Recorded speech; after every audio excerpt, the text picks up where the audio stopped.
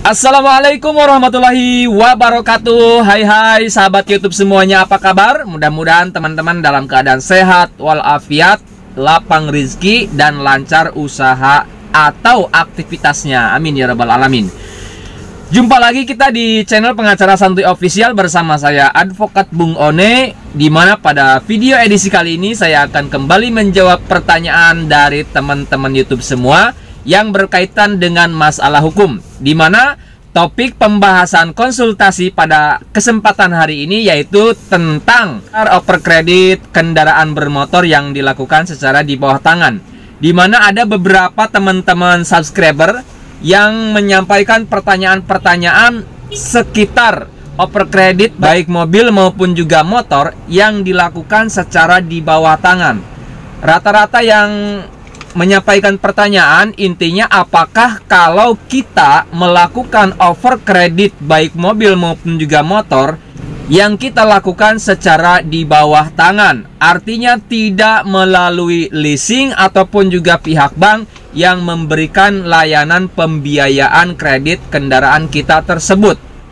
Baik, terkait dengan pertanyaan bisa atau tidaknya tindakan overalih kredit mobil dan motor secara di bawah tangan, terlebih dahulu kita merujuk kepada aturan hukum yang mengenai fidusia, yang mengatur tentang fidusia, di mana di dalam undang-undang fidusia tersebut ada satu pasal yang mana di situ menerangkan, menjelaskan yang pada pokoknya, pada prinsipnya bahwa debitur ataupun orang yang mendapatkan fasilitas kredit pembiayaan baik mobil maupun juga motor itu dilarang untuk mengalihkan objek jaminan fidusia tersebut kepada pihak lain tanpa sepengetahuan dan persetujuan tertulis dari kreditur.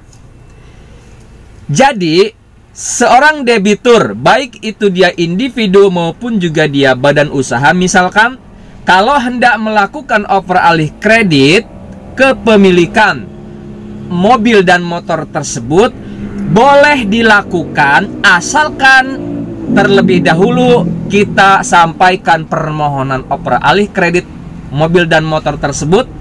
Kemudian apabila disetujui dan di-ACC oleh pihak kreditur baik leasing maupun juga perbankan, barulah kita diperbolehkan overalih kendaraan bermotor tersebut, dan itu kita tidak akan dikenakan sanksi pidana. Kemudian di dalam undang-undang fidusia tersebut juga mengatur tentang ketentuan hukum mengenai tindakan overalih kredit mobil maupun motor yang dilakukan tanpa sepengetahuan dan persetujuan tertulis dari pihak kreditur. Dia dapat dikenakan sanksi pidana berupa pidana penjara dan juga bisa dikenakan sanksi denda.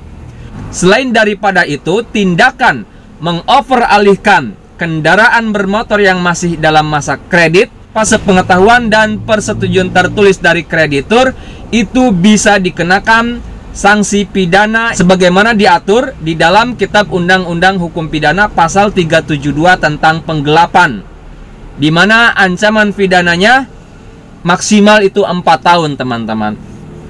Nah, tindakan overalih kredit mobil maupun motor yang dilakukan di bawah tangan bisa dikategorikan sebagai tindak pidana penggelapan karena telah mengalihkan kendaraan yang menjadi objek jaminan fidusia kepada pihak lain tanpa sepengetahuan dan persetujuan tertulis dari pihak kreditur.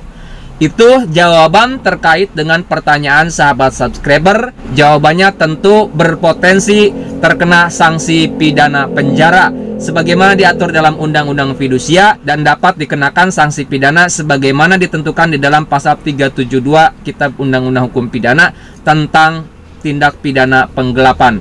Mudah-mudahan pembahasan kita pada kesempatan kali ini bisa berguna, bermanfaat, dan dapat memberikan tambahan edukasi, pemahaman, wawasan bagi masyarakat terkait dengan aturan overkredit kendaraan bermotor. Jadi jangan sampai kita lakukan tanpa prosedur dan aturan yang telah ditentukan. Karena itu semua ada resiko hukumnya berupa sanksi pidana, teman-teman. Apabila menurut teman-teman, menurut pemirsa YouTube, video ini bisa berguna bermanfaat bagi masyarakat, kami meminta dan memohon agar teman-teman subscribe ke channel Pengacara Santuy Official. Sampai jumpa di video selanjutnya. Assalamualaikum warahmatullahi wabarakatuh.